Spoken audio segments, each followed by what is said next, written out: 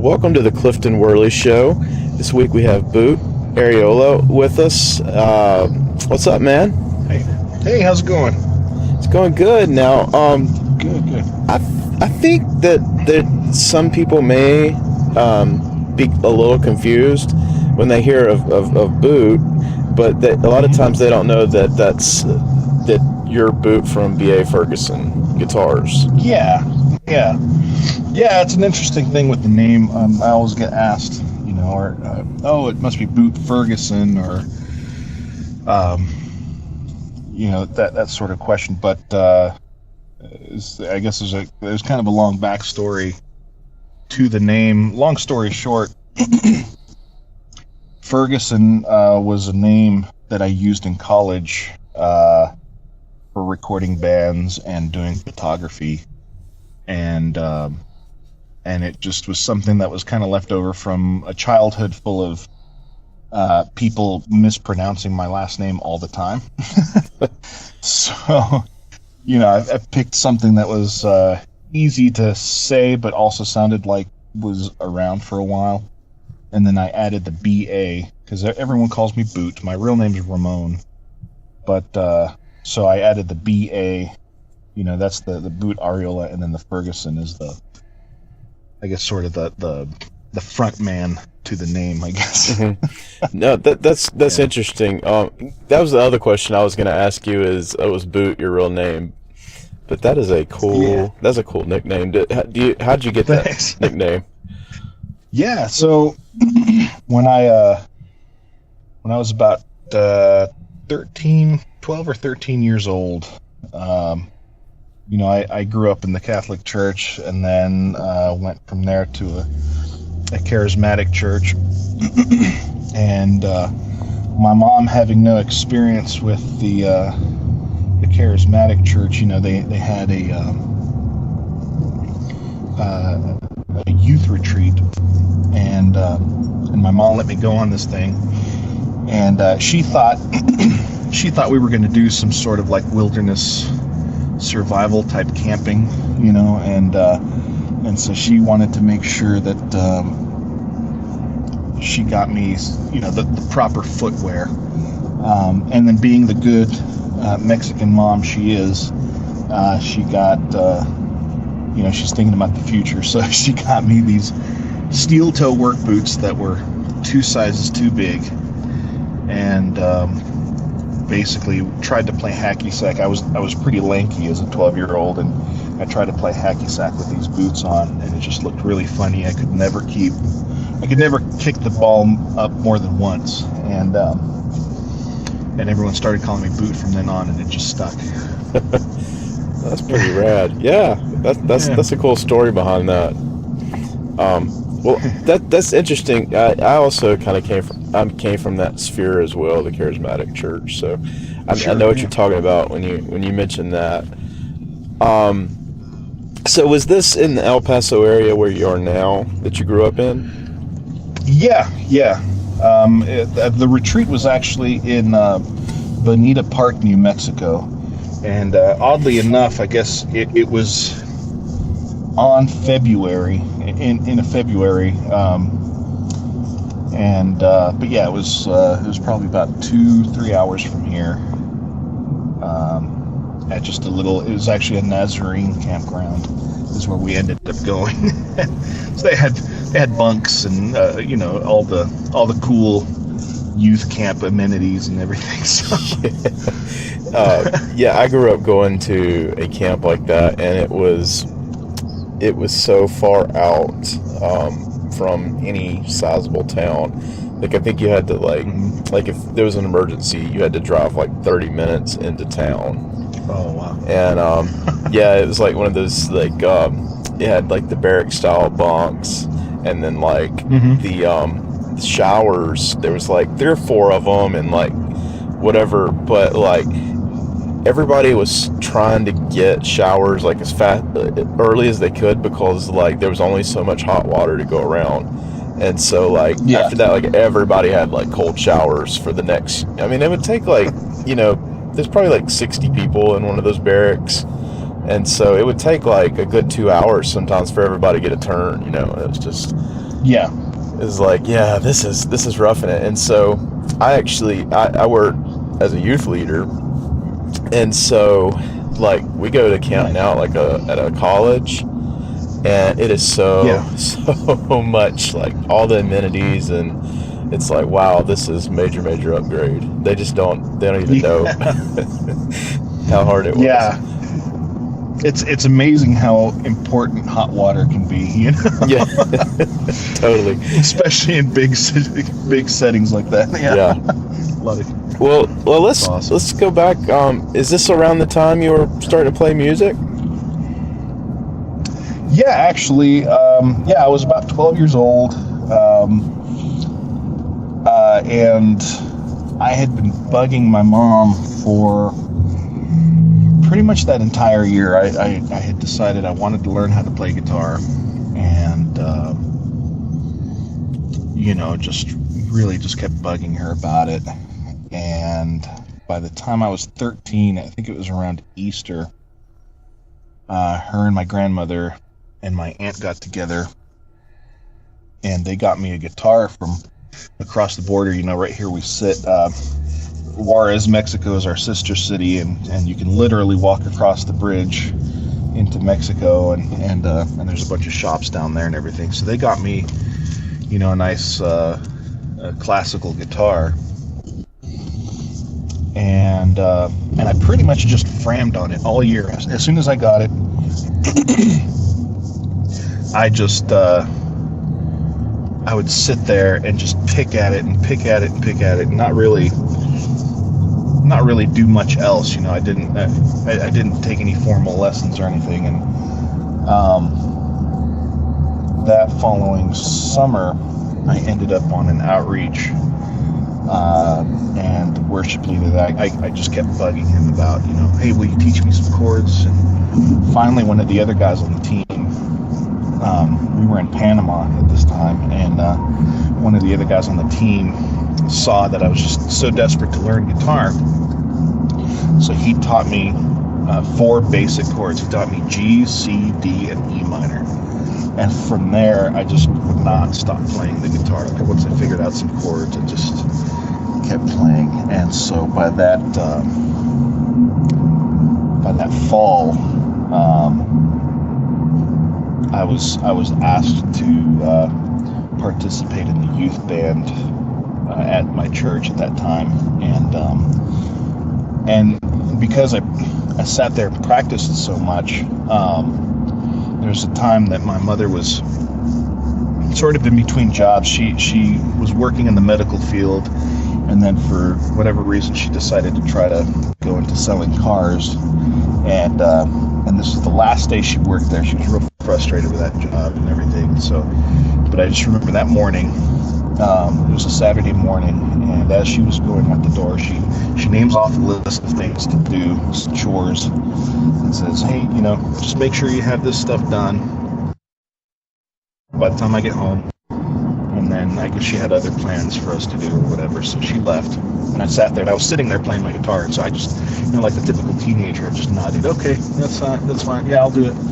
And I was playing this guitar, and 6 hours goes by in a blink of an eye. My mom walks back in, sees that I'm in the same place, same position, and she flipped out. And I think she had such an awful time at work that I don't know, something snapped. She grabbed my guitar out of my hands and smashed it on the wall. And so, huge shock. Yeah. Oh my gosh. And I ended up picking up all the pieces later on in the day after things kind of cooled down, and I vowed to put the guitar back together, and obviously I never did. It was literally in shards and pieces and stuff, but I guess you could say that's almost where it's probably the same time that I learned how to play guitar was the same time that I started really messing with guitars. After that week, I ended up with 6 guitars that friends and family had just given us because they heard the story of what happened and, wanted to contribute, I guess. No, that's interesting. I was wondering, like, the fact you thought about putting it back together, if that was kind of like the first thought towards trying to build or rebuild.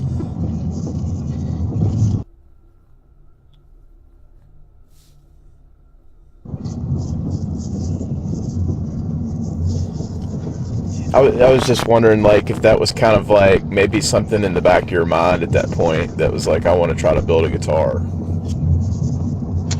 Oh yeah, it definitely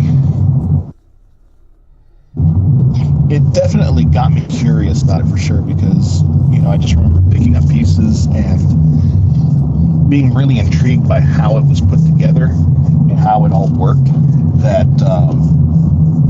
it got me super curious about it. So I think right before I received all the different guitars from different people that just gave them to me, as I was trying to put it together, I think at one point in time I resolved to just take the neck and stick it on a plank of wood and try to string it up. And obviously it didn't work, but yeah, that was one of my first attempts at building a guitar. Was basically trying to take that neck and put it on something.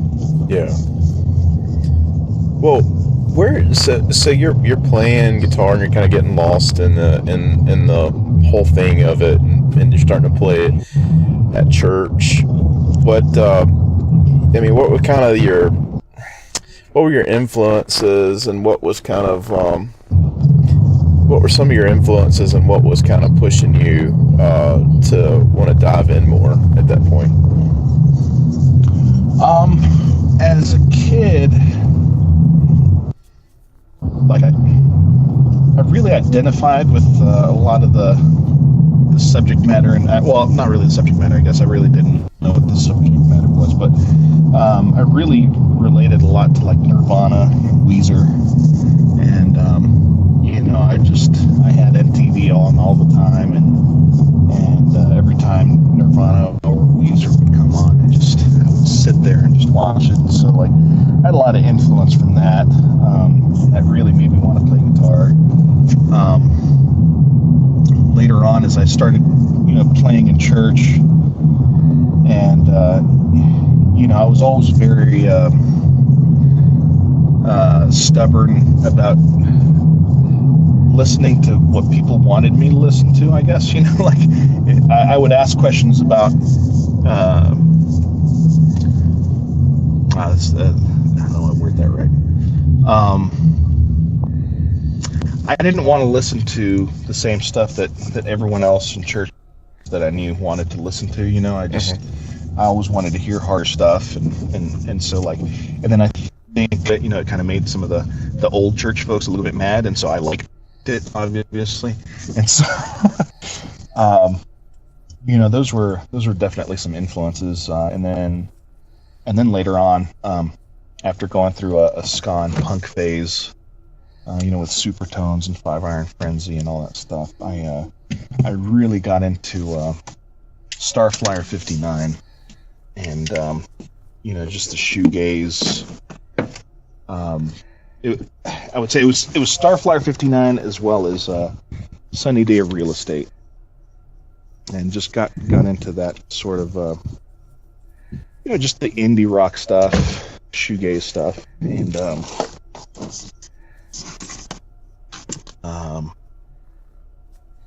then I guess I would say I kind of got a little stuck there too, for a time. Well, you mentioned when we were at NAMM, and I got to talk to you a little bit about. I didn't know this about you, but like you had spent some time out on the road in a band playing drums. How did that like evolve from playing guitar to go into that? Yeah, so basically, I think it was about 2 years after I learned how to play guitar that I started messing around with drums, and doing the church band thing was great, but I had started my own bands, and I actually I had a couple of them I started out with a band called, and it sounded very much like Starflyer, but I started out with a band called Christmas at Denny's, and then eventually the name changed to Custom Deluxe. Eventually, I quit that, and I started more of an indie rock, space rock kind of band called Matrimony's Facade, and it was during that time. This was probably early 2000s. I was 18 at the time, and my friend Rob, who I went to school with, he played in the band sometimes, and then sometimes I'd play for him. I'd play drums for him, I did play drums for him. And so from that, he was really good friends with George Husney, who is the lead singer for the Smiley Kids, and they were on the same record label as Five Iron Frenzy. And it just so happened he had gotten a hold of Rob and said, "Hey, I want to do a last Smiley Kids tour. Do you know anyone that could play drums?" And so he immediately thought of me. And at this time, I wasn't great at the drums, but that tour got me better at drums for sure. But we got to play. We basically did. It was a winter tour. We started here in El Paso, went to Dallas, went all the way to the eastern seaboard, up to Pennsylvania, circled around to Iowa, and then shot back down to Oklahoma, and then went back to El Paso. And it was a life-changing experience, obviously. But yeah, that was my time getting good at drums on tour with the Smiley Kids. So what, you were you said around 18 or so at this time? Yeah, that would have been 2001 or 2002, something like that. Okay. Yeah, 19 or 20, yeah. Yeah, that's probably your first time to really get out of your region, I would imagine, no? Yeah, in that sort of setting. By that time, I had been out of the country and all that stuff on a couple of outreaches and things like that. Mm-hmm. But as far as like the musical setting, like playing someone else's original music and playing every night, and obviously we didn't, it was a small time type tour, so we didn't get to actually play every single night. But it was definitely different, especially for that sort of setting. Got to see the country, and I was just like, man, there's so much to see out here. Yeah, what was maybe like one or two things that kind of stuck with you like since then that really just popped out at you?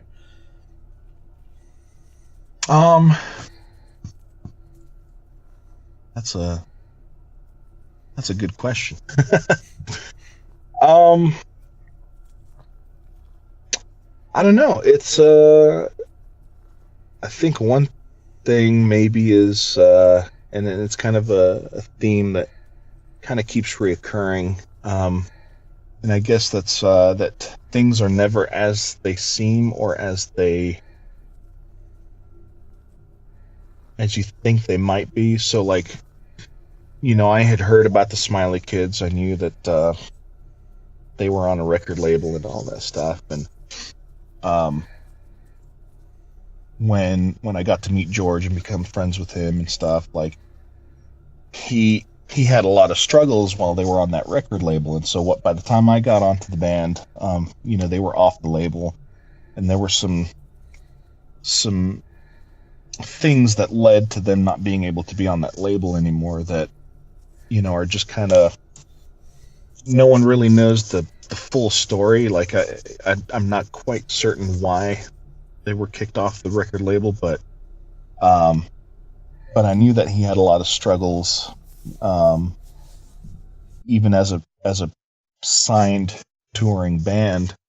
And so that was kind of my first realization that, as a kid and as playing in bands, you start kind of getting this idea that like, oh man, if we can just make it and get signed to a record label, then we can really do something.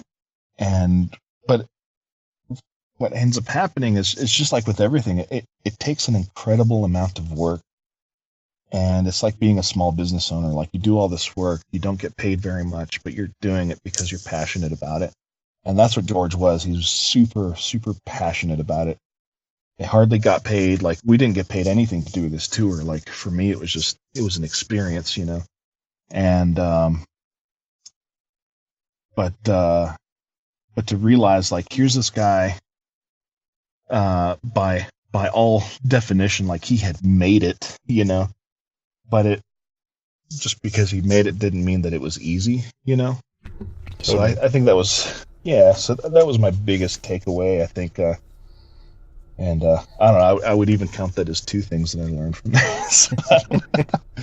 So that's been the biggest lesson from all that. Yeah, I could see how there could be crossover from that into the entrepreneurial world and being in the guitar industry. How difficult that is, you know. Yeah. Oh yeah. And the other side to that too is how easily your audience can sort of turn their back on you, I guess. Because there were definitely moments where we were playing in Atlanta at a place called the Green Room, I think it was. And there were a ton of bands. Norma Jean was there. This is at the time when Norma Jean had to change their name from Ludacris to Norma Jean. A bunch of other bands, I can't remember, that were all signed. I think Cool Hand Luke was there, and we got to play at the show. And afterwards, you know, I was beating myself up at how bad I played that night, and so I just kind of I went into one of the other buildings because it was at this big, I think it was a church's private school or something like that, and I went off in the corner to just kind of sulk by myself, basically. And I started hearing someone outside the hall just talk about how they used to be Smiley Kids fans, but now they weren't, and how, you know, oh, that just wasn't the same, that was awful, or, you know. And it just was kind of weird. It's like, man, these guys were something, and now, like, you know, their fans are kind of turning their back, you know. So like the perception is not always what you think it is, and it's people can turn on you, you know. Yeah. Well, how did that? So you went on this tour with them. How did that end? Did that have any connection to you ended up out on the East Coast for a while? No, not really. My connection to the East Coast was actually my wife. So she's from Florence, South Carolina. Okay. And and we met actually when I guess it was 1998 or 99. We met on an outreach in Mexico, and became not pen pals. We were email pals, I guess. And we basically had a long distance relationship for 6 years. And you know, we started out as friends, and then it developed more. And so after I came back from tour, I did another tour with my band that I had booked myself with the help of some friends. And then my wife came to visit, and then I proposed, and from there, just, you know, led to marriage. We ended up living here, and we were just, while I was doing my apprenticeship, you know, El Paso is a place that back then especially just was always just kind of economically struggling. And between the two of us, we had 5 jobs. I had 3 jobs. She had 2. Wow. And we were barely able to make rent. And the guy who taught me all the guitar stuff, all the guitar making stuff, he suggested, you know, hey, why don't you go to your wife's hometown? You know, the economy's probably better out there, you know, and you can make a go of things and then start your business from there. And so that's what we ended up doing. We moved out to Florence, eventually ended up in Hartsville. and ran a business for almost 15 years before coming back here. Let's talk a little bit about the getting into building thing. You mentioned The Apprentice. Was that kind of like your first foray into that? Yeah. So, basically, I had met the guy who taught me. His name is Barry Martin, not related to CF Martin or anything like that, but he's a Martin Warranty Center here in El Paso. He's like a second dad to me, and I got to meet him as a teenager. So as a teenager, once I found him, everyone kept telling me, like, you need to go to Barry to get your stuff fixed and all that. And so eventually I met him, and I would just bug him all the time about working for him. I was like, man, I really want to learn how to build guitars and work on them. And can I just come sweep your floors? I'll do it for free, whatever you want. And he just, he was very careful about taking on apprentices, very, very careful. So it wasn't until I got engaged, him and I had actually, at that time, we were both working with Young Life and here in El Paso, and I was playing music, and he would sometimes.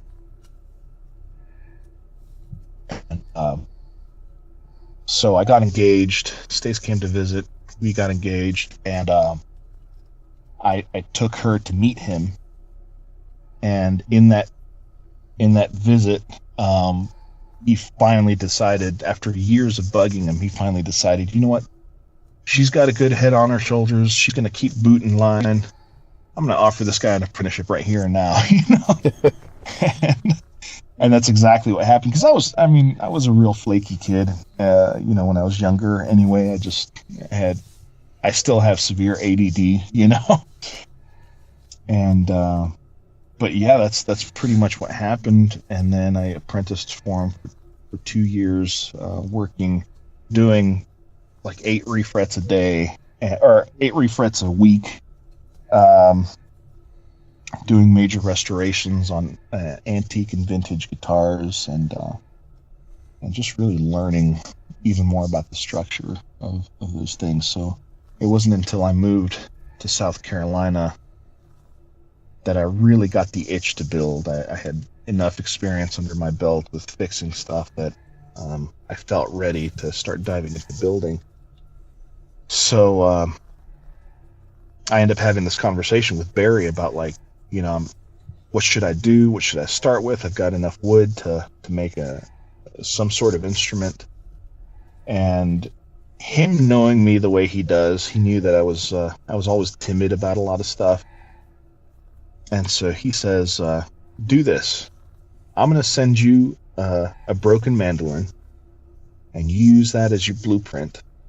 And here's the great thing about mandolins. They're really small, so they're really easy to make, and they sell for a lot more money than guitars do sometimes. So why don't you do that, work on the easiest possible thing, and make the most money? And I said, okay, yeah, sounds great, makes sense. So he sends me a 1936 Gibson A550 that was in shambles, and he told me, he let me keep it, and he said, whenever you're done, just restore it, do whatever you want with it. But I used it as a blueprint, built a mandolin, and then I decided, okay, next project, I'm going to start on an acoustic guitar and a mandolin at the same time. And halfway through that project, I realized he actually started me on the most difficult thing first to build. Basically with the premise that it was easy, that it's going to make more money. He had me start on the most difficult thing first, because a mandolin is far more difficult to build than an acoustic guitar. Yeah. So that's how all that got started. That's too funny. I was sitting here thinking, I was like, I don't think a mandolin would be that easy. Yeah, it's not at all. Yeah, I imagine it's like building a micro pedal when you're used to like hand wiring a big amp or something. Like making. Yeah. Oh yeah. Yeah, a lot of tiny details that, oh man, the neck angle and just carving the top, carving the top on the inside and the outside, because it was a carved top mandolin. And yeah, no, that was plenty hard. So, I often wonder this because there's a lot of guys in that South Carolina area. Well, let me just say, when I started like getting into the gear groups years ago, it seemed like there was a lot of people, builders and players and stuff in that neck of the woods, which is kind of surprising because I mean it's not like a big metropolis or anything, but in those guitar groups, it seemed like there was a good contingency of guys out there on that southern part of the East Coast. Was there kind of a demand for that out there when you were getting started building? There is and was, and especially in the when it comes to repairs and restorations, and it's I think part of that is mainly because of the rich bluegrass culture that there is there. One of the first things I remember about what got me started as far as building is concerned is that I used to have bluegrass jams at my shop. I just to try to get into the community and get to know people and all that stuff and let people know that I was there. We had these bluegrass jams, and these old guys would come to the shop. My good buddy Phil and Phil Perrell, Bob Bragdon, all these guys that are sort of, I guess, pillars in the community in Hartsville there. They would come to the shop, and one thing they could not ever not do is talk about their vintage guitars or guitars that they used to have and what made them awesome, and that whole nostalgia behind just vintage guitars. And there's a lot of them out there. That's the humidity's right for it, as far as like preserving old guitars in attics and all that stuff. Like it's just so yeah, everyone's got a story or has an old instrument out there that has a lot of history to it, and so I think that's part of the demand out there a little bit. Yeah. When you mentioned something about my logo, it kind of dropped out, so I didn't catch what you said. Oh yeah. No, I said I really appreciate your logo and the fact that it has a J45 on it. Yeah, there's actually there's a story behind that. When I was trying to get the show started, I was like, I don't know what kind of artwork to do because I'm not an artist, and I said that what would be unique to something in my life or my story, and I'm looking around and I'm in my office and my wife had taken like this I believe it's like a watercolor class, and she, for like I believe it was like my birthday or something, they went and she drew one of my favorite guitars in that class, like where she's learning, cool. And so that's that painting, and so I literally took a picture on my phone of that painting, and then like did all the design on top of that, and so so that guitar is a '58 J45 that I've had since I was probably about 18. That's amazing. Yeah, that's my dream guitar. I'm constantly asking folks to keep an eye out for a J45, even if it's busted up, so I can restore it, because that's one of my dream guitars to have. Yeah. Well, what's cool about those guitars is everybody thinks, well, oh man, it's so hard to get a hold of a vintage guitar like that, but like you can literally buy those for close to the same price of full retail on a brand new J45 model. Yeah. They really do hold their value, even after all these years. Yeah. And they all have such a unique personality too. It's like sometimes you got to do some tweaking here and there, but once you get them just right, they're the tone out of those things they're just awesome. I love it. It's got such just like I don't know. It's like a basic tone, if I could describe it. It's like it's got a good Hmm. high end and a good blow end to it, but it's not like anything is like overly accentuated in that Yeah. sound, and which I love. But that guitar has been been to a luthier twice, where I had to had them rebuild the back on it because when I Hmm. was younger, I didn't realize like how delicate of an instrument this is, and I was Hmm. just take it with me everywhere. And then one day, it fell off a strap, and I busted Oh the no. back out of it, and like it was like one of those days where like it's like I wanted to sit down and cry because I was like I don't know Hmm. what to do. This destroyed this guitar, and my uncle is a mandolin player, bluegrasser, Yeah. and he put me in touch with some guy like over in Birmingham that he knew. So I sent it Wow. off with him to his friend, and the guy rebuilt it. And I was talking with him, and he was like, "Look, he's like these old Gibsons, like you take and like the glue in them breaks down after about 50, 60 years." And he's like, "You need to Hmm. regroup all the bracing in it, you know." So he did that. I got it back, and I was still that was like my main guitar I was leading worship with and going. And I took it with me on a trip like to Tennessee Hmm. during the summer.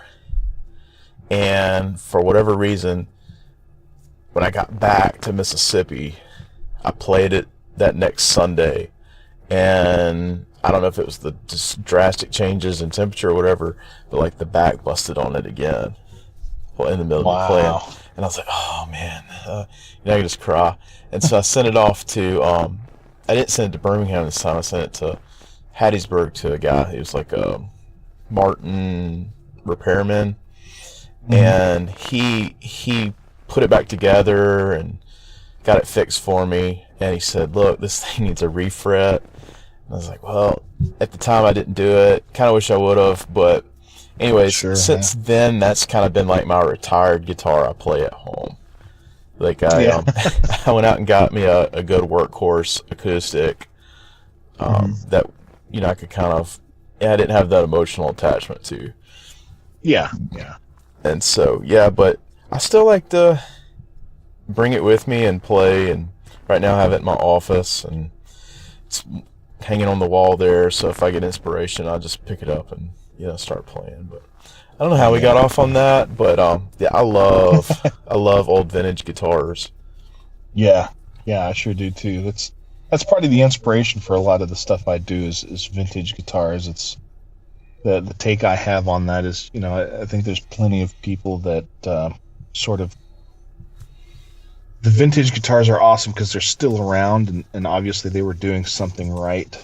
But then my thinking on that is like, well, what if the people that made these guitars way back when, what if they were around now and they had the technology and resource that we have now? Like, would they still be using hide glue? Would they still be, all that stuff that people get hung up on? And of course they wouldn't be, like they'd be trying to do better, and so Yeah, yeah, that's why I love vintage stuff. It's a nice platform to start from. yeah. Well, that's one of the things. Kind of foray into what I want to talk about next is your guitars that you're building. This is one of the Mhm. things that strikes me is the aesthetic is very leaning into that kind of world to marry in between the classic look and design, but something Mhm. new and fresh on the other end of it. Yeah. And that's what I love about your designs. Kind of what kind of brought you to what you're doing now, and what brings you to design the guitars that you make? Sure, yeah.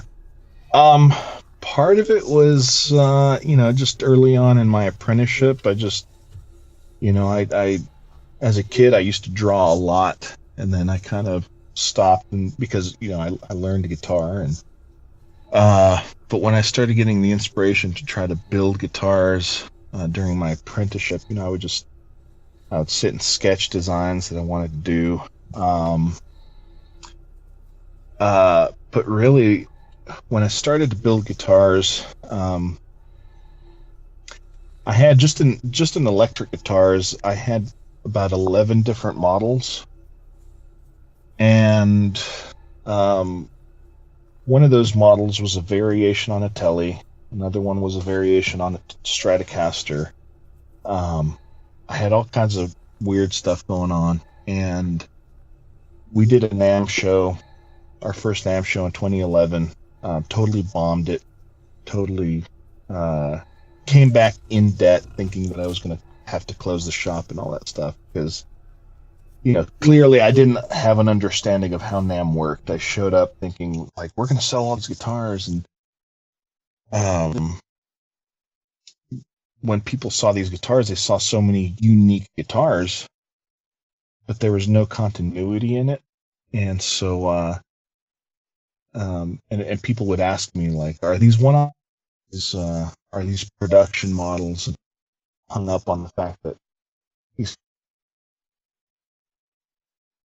but when a music store is asking you, is this a production model, like, they don't care about all they care about is, like, hey, can I turn this around? Is it something that if some kid sees it somewhere, that they're going to be able to see it at my store and they want it too? And I just did not have an understanding of that. So, I just kept hanging on this whole thing about, like, they're handcrafted out of reclaimed woods, blah, blah, blah. And yeah, I just remember walking away from that show super, super discouraged and obviously in debt when we came back. And but something else kind of happened from there too. I realized, like, yeah, you know what? We don't really have an identity except for one original design that I drew that I took to the show, and that was the Shirley. That was the one thing that people would look at and go, like, I've never seen that before, but I feel like I've seen it, but this is different. And that was a sketch that I did on a piece of plywood, based roughly on an Ibanez Talman and a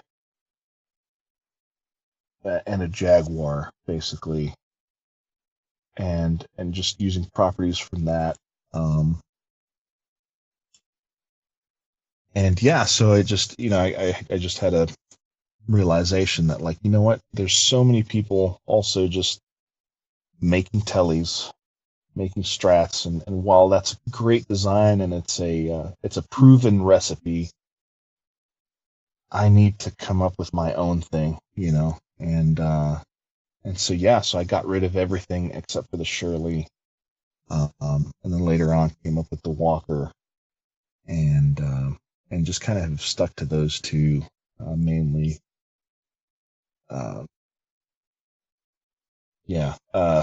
Sorry,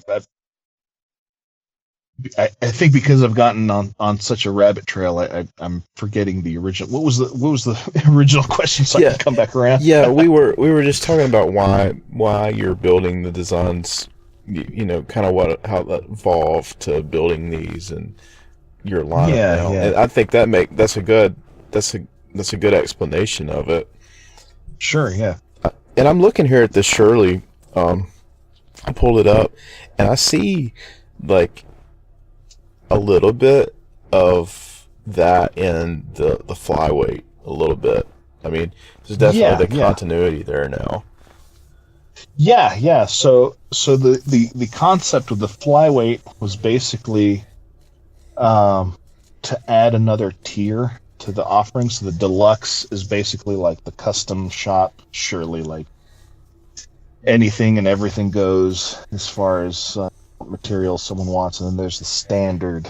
For a time there was a classic class, and that was sort of a bolt-on rendition of the Shirley. But with the FlyWeight, it's still the same body shape, but the scale length is different. Obviously the body thickness is different, the construction is slightly different, and it's all meant to be something that could be put together very quickly and at the same time pass on the savings of the production cost, over to the working musician. Like, there's only so many blues lawyers out in the world, like, and there's only so many special edition Joe Bonamassa Les Pauls that they want. So, it's got to make stuff for the working musician. Yeah, and I think that's a really good price point, I think, on that for the average Joe musician, even if it's a stretch. Like, that's something that most working guitarists can save back for and get. Yeah, definitely. And it's something that's easily, flippable on the other end too. It's not like sometimes if you put into a $2,500 guitar, like you're hard pressed to make that back, because there's not as many people looking for a guitar that's worth over $2,000. So then you end up underselling it, and then it just it's just so much harder to resell a more expensive guitar.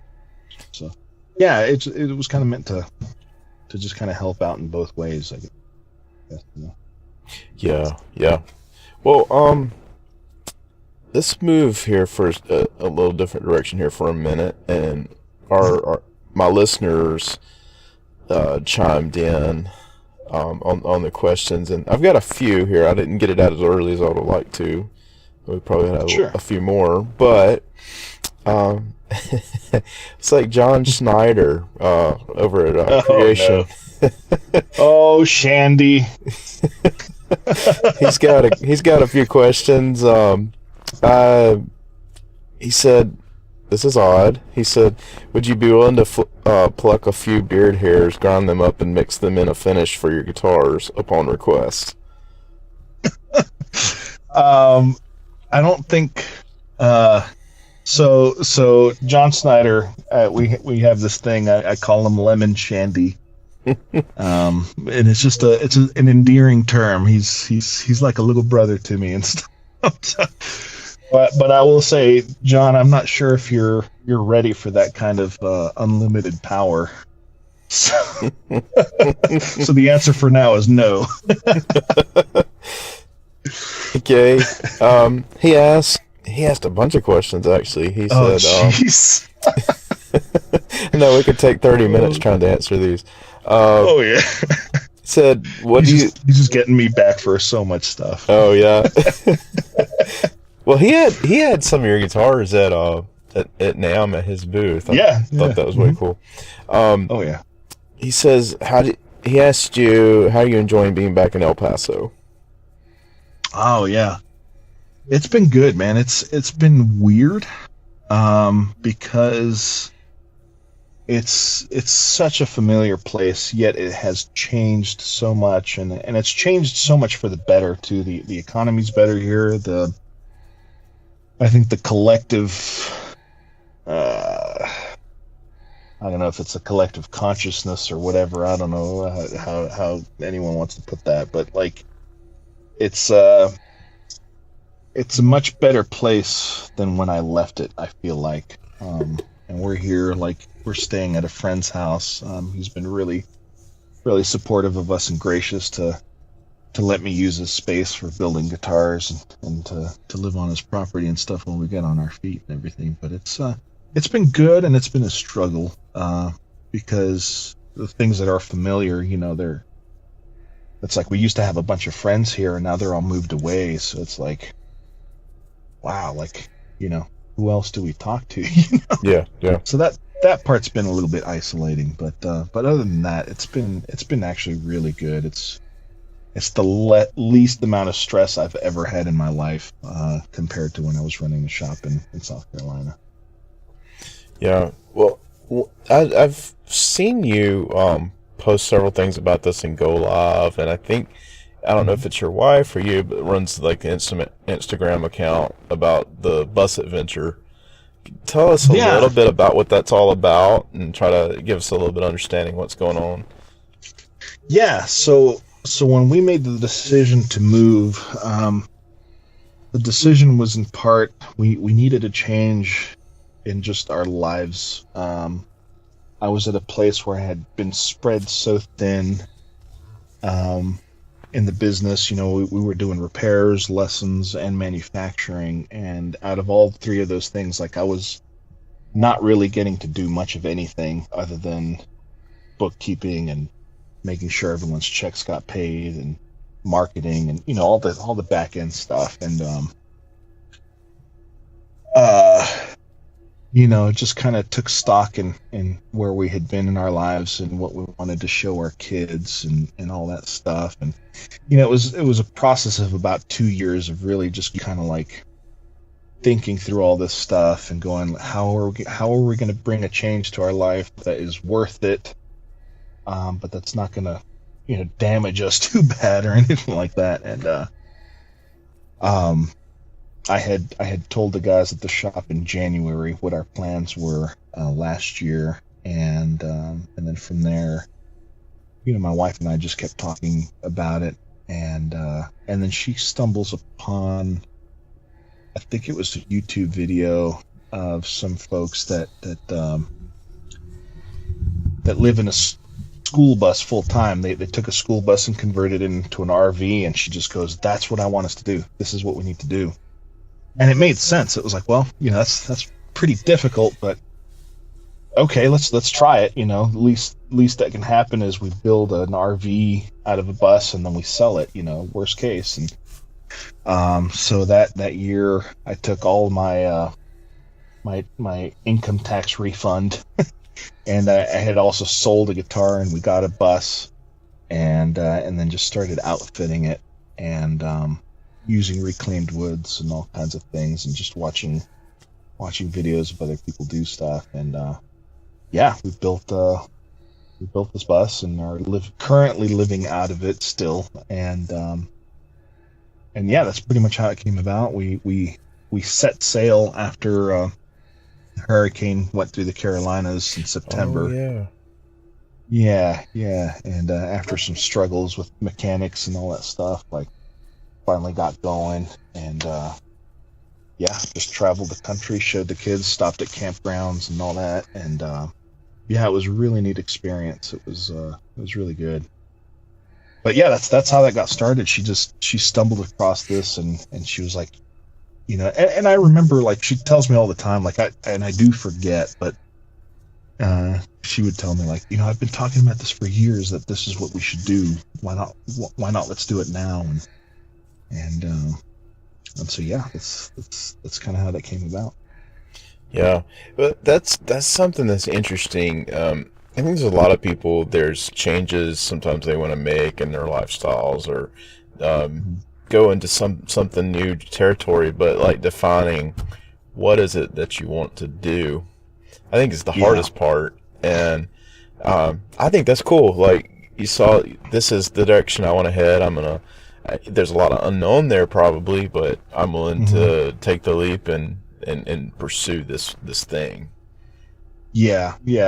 And it was really just you know, one of these things that required us to sort of step back and say, okay, like, things are working okay, and we've built up this business for 15 years, and actually business was really good. It was actually really steady and all that, and but the question we had to step back and ask ourselves was, like, what do we really want to do? What is it in life that we actually want to do? And my answer to that was literally, I want to build guitars, and I want to stick around for my kids and show them the world, basically. And at the current rate we were going, like, that was never going to happen. I was always going to be working, you know, several.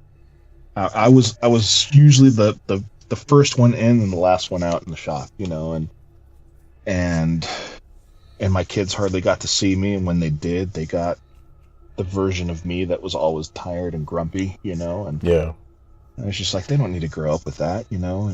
And so yeah, like, you know, it's difficult and different, but man, quality of life has been, it's so much better. Like, it's just, I'm actually getting to to build. You know, I ended up building 9 guitars in the time it used to take me to build one, and that says a lot, you know, as far as this decision, I guess. You know, Yeah. so it's awesome. Yeah. Well, I remember like last time I crossed paths with you before Winter Nam. I was at Summer Nam, and I think you had announced the FlyWeight. It was there. I'm not sure if that was like a prototype or if they were even available for sale at that time. But I kind of heard, you know, that you were going to pursue this new adventure, and it's interesting, like seeing now, like, you know, how that took shape, and here you are at Winter Nam, and you've got, you know, several of these, and people putting their hands on them, getting to play them, and it's really cool to see that idea come to realization. Yeah, definitely. Yeah, you know, and it was, you know, it was a lot of hard work to do it too, and but yeah, now that I think about it, it's like I am a little bit surprised that we went through with it all and still came out okay from it. Yeah. Well, Yeah. nothing's ever, like you said, nothing's ever as it seems, and there's always challenges and things that come along the way. But I think that's very introspectful. Like nothing's ever as it seems, but that doesn't mean it's a bad thing. Yeah, exactly. Yeah. And truth of the matter is, so we showed up at Summer Nam, or I showed up at Summer Nam, and so the way the FlyWeight started is, you know, I'm really good friends with Nick Greer. He's one of my best friends, and especially in the industry, you know, between him and Philippe Herndon and Caroline, like those are my 2 best friends in the industry. And Nick had called me up, and he had mentioned it to me long before too, to try to do something along the lines of a FlyWeight, and I just kind of shot it down. And I was like, no, I don't know that that'll work. And he calls me up in February last year, a year from now, and at that time, you know, I'm in like let's get ready to move mode, right? And he calls me up and starts pitching the idea again about this FlyWeight thing, and so, but something clicked in my head, and it got me excited, and I was like, yes, I can see it. I understand what you're talking about now. Okay. And that night I actually went searching for wood, you know, because we're in rural Hartsville, like there's no wood supply place anywhere nearby. So I ended up finding a guy in Bishopville who had sinker poplar, like 100-year-old boards that came from logs that were in the Petey River for years and stuff. And that's what the prototypes are made out of, which Nick has 2 of. And the whole idea was, you know, I was going to make a couple of these, see, you know, kind of work out the kinks as far as the production process, and basically kind of do a soft opening at Summer Nam and see if anyone even cared about it. And I certainly didn't expect it to even really take off. I just kind of figured, you know, I'm not doing a booth. Nick is letting me use some space at the show because I've got to move and all that stuff, and we'll just see how it goes. And sure enough, man, like, I mean, the first day I sold one, and the first day of NAMM, and the reception was just, it was insane. I wasn't surprised by it, but I wasn't expecting it, because I was also at a place where I was like, man, I can't take orders on now because I won't be able to complete them because I've got to move, you know? Yeah. So, yeah, it's really, really interesting how all that went down. So, yeah, that was the purpose of showing up to Winter NAMM, was just to do the official release, you know? Yeah. Well, I think that came out just at the perfect time, like the way I remember. Let's back up. The previous Winter NAMM, there was a really big buzz around Harmony. He kind of come back, and they were into that like Band Lab sphere. Yeah, and they were going to they had some prototypes there, And so a lot of people got really excited about that. And then it showed up at Summer Nam, and there they are again, and nothing had been done with it. They had the prototypes again. And then I believe it was Nick Hamilton put me on to your guitar, and I went over and played it, and I was like, this is every bit as good as this, and like it has a lot of that aesthetic, and like I think I like this better. And it's like at that point I was like, this is it. I was literally going around telling people, I was like, look, if you played that harmony and you like it, like go play the BA Ferguson FlyWeight, because that is, in my opinion, better. It's a better price point, and it hits that aesthetic, hits a home run with it. And so like when I finally got to play, see several of them and play them, I was like, oh, this is I think something special with this particular guitar. And at that point, like, I'd kind of stopped caring about if Harmony ever came out with the prototype that's never been released. Yeah. So yeah, I mean, that's kind of my story with the FlyWeight, but I just Sure. Yeah. I think that's awesome. Anybody that can get their hands on it and play it, like, would just fall in love. Yeah. Thanks, man. Yeah. And that's the thing is, funny thing is that Nick Hamilton was the one that bought that FlyWeight first day of the show. Oh, wow. Yes. Yeah. Well, he turned me on to him, so. Yeah. That's incredible. It's well, I'm certainly grateful for him sending you my way and stuff. It's that's awesome. Yeah. Well, let's see. Before we close out here, let's see if there's any more questions. Yeah. I know Blake Weiland of the Tone Mob. Yeah, hey. He wanted to know, how come you're so hot? That's kind of an awkward question. It's all the tacos I consume, I suppose. Oh, I imagine the tacos are amazing where you're at. Oh man, I was missing out on some good tacos for a long time, 15 years. Now, don't get me wrong, there's a great place in South Carolina in Hartsville called La Victoria. I highly recommend it if any of our listeners are ever there.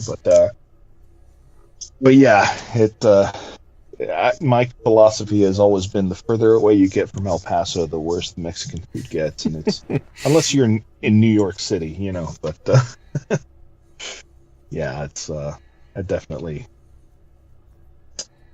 Yeah, I think food-wise, I made the right choice. Yeah. Well, I envy that. I love Mexican food, and then like anytime I go out west, it's like there's not good Mexican food where I'm at. and so I mean, even the dumbed down Mexican food that you get here, I like that, but like when I go out west, I'm like, oh, I'm missing something. Well, tell you what, if you ever come through El Paso, because I-10 East, everyone goes through I-10 and stuff. So if you ever come through here, I'll take you out to some good places. You'll probably have to spend a day or two because there's a few, but I'll take you to the good places. Oh, I'd love that. I've passed through that area about probably 2 or 3 times. One a couple times in car, one time in train, and oh wow, it's just beautiful country. How was that? Oh, it was such a sightseeing experience, but like a terrible experience to be pinned up on a railroad car for 40 hours or whatever it took. Yeah, that's got to be a little weird. Yeah.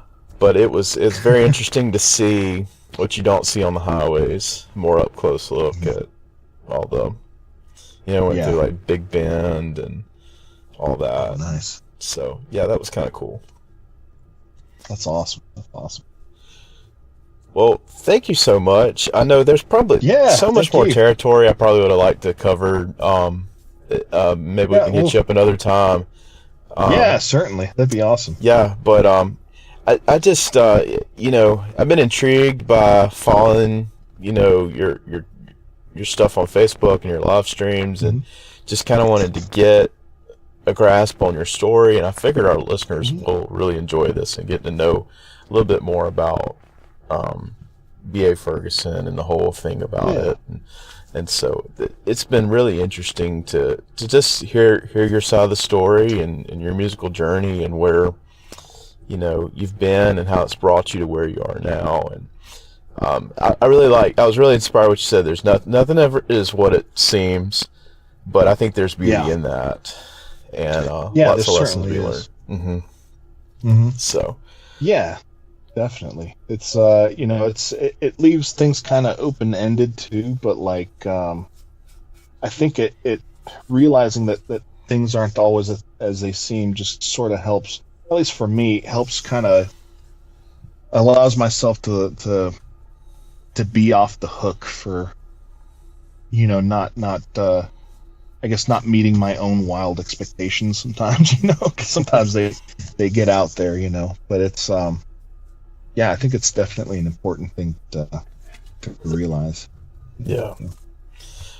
Well, Boot, man, it's been a pleasure to have you on the show, and I know our listeners are gonna love hearing this. So, thanks for being on the show, and hey, thanks for that. Man, I got an awesome T-shirt, some awesome swag at NAMM from you, and that's like one of my favorite T-shirts ever. I love it. Thanks, man. Thanks. Yeah. Nick Greer designed the T-shirt. Actually, Ben Walker printed it. And cool. Nick designed the. Yeah. Now he had some rad shirts, and also those hats were just like off the chain. Yeah. So. He's a whiz at the graphic design stuff too. Yeah. Well, cool, man. Well, thank you so much, and we'll talk to you again later, man. Sounds great, man. Looking forward to it. Thanks. All right, thank you.